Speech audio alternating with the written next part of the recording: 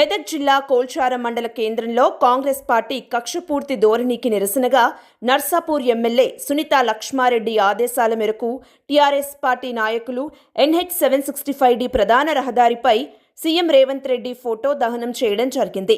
ఈ కార్యక్రమంలో మండల పార్టీ అధ్యక్షులు గౌరీ శంకర్ గుప్తా, యువత మండల పార్టీ అధ్యక్షుడు సంతోష్ రావు కోనాపూర్, టీఆర్ఎస్ పార్టీ నాయకులు, కార్యకర్తలు పెద్ద ఎత్తున పాల్గొని నిరసన కార్యక్రమం చేపట్టారు.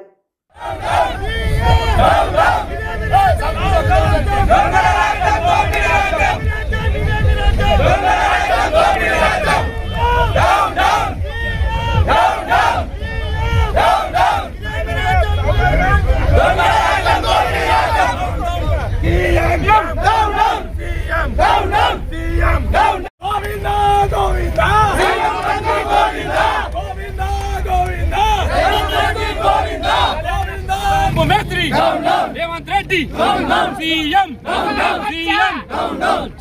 జై తెలంగాణ. కేసీఆర్ గారి నాయకత్వం, కేసీఆర్ గారి నాయకత్వం. జై తెలంగాణ. ఈరోజు మన తెలంగాణ టీఆర్ఎస్ పిలుపు మేరకు కొల్చారం మండలంలో భారీ ఎత్తున రాస్తారోకో చేయడం జరిగింది. ఎందుకంటే సీఎం కాలయాపన చేస్తూ నేడు ఎప్పుడు ఎలక్షన్ వస్తే అప్పుడు నోటీసులు పంపించుకుంటూ విచారణ పేరుతో కాలయాపన చేస్తున్నాడు. చిత్తశుద్ధి ఉంటే, ముఖ్యమంత్రికి చిత్తశుద్ధి ఉంటే 6 గ్యారంటీలు ఇచ్చిండు, అవిట్ల మీద దృష్టి పెట్టాలి. అవి పక్కకు పెట్టి ఎలక్షన్ రాగానే మనసులను మార్చడం అంటే డైవర్ట్ చేయడానికి వీళ్ళను కాలయాపన చేస్తూ సిట్ పేరుతో వాళ్ళను విచారిస్తున్నాడు. విచారించి నువ్వు ఏం చేస్తున్నావు? విచారించిన తర్వాత నీకు దమ్ము ఉందా? మరి అరెస్ట్ ఎందుకు చేయలేకపోతున్నావు? ఫోన్ ట్యాపింగ్ అని 2 సంవత్సరాల నుంచి కాలయాపన చేస్తున్నావు, కానీ ఫోన్ ట్యాపింగ్ విషయంలో ఏ ఒక్కరినైనా అరెస్ట్ చేసినావా? నీకు ఆ దమ్ము ఎందుకు లేదు? అరెస్ట్ నీకు పంపించినప్పుడు నిజంగా ఫోన్ ట్యాప్ జరిగినప్పుడు నీకు అరెస్ట్ చేయాలి కదా. అరెస్ట్ చేసుడు పక్కకు పెట్టి దాని విచారణ పేరుతో నీ కాలయాపన చేయడం కరెక్ట్ కాదు. మా బీఆర్ఎస్ పార్టీ ఎక్కడ పోయినా సర్పంచ్ ఎలక్షన్లో కూడా 45% గెలుచుకున్న చూసిన ప్రజలందరూ కూడా గమనిస్తున్నారు.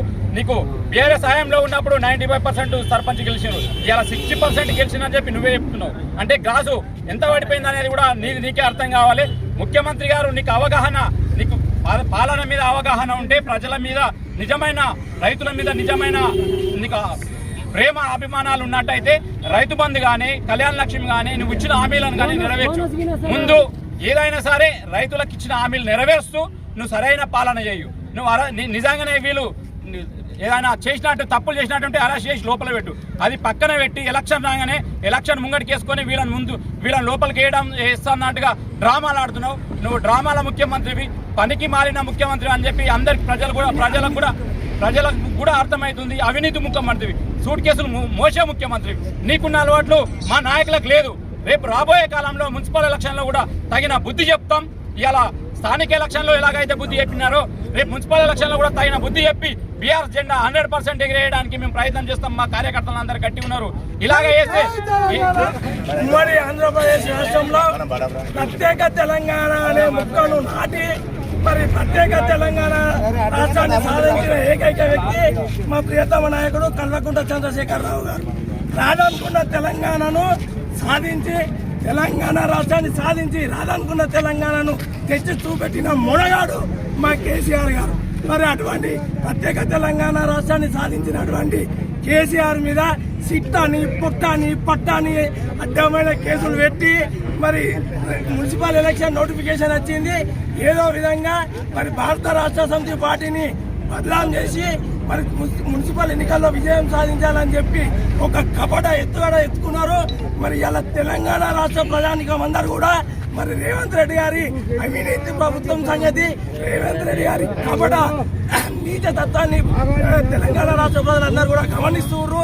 నువ్వు ఎన్ని చిబుక్కులు చేసినా, నువ్వు ఎన్ని చేసినా 420 హామీలతో, 6 గ్యారంటీలతో నువ్వు పదవి నెక్కి మరి ఈరోజు తులం బంగారం క్యాన్సర్ అయింది.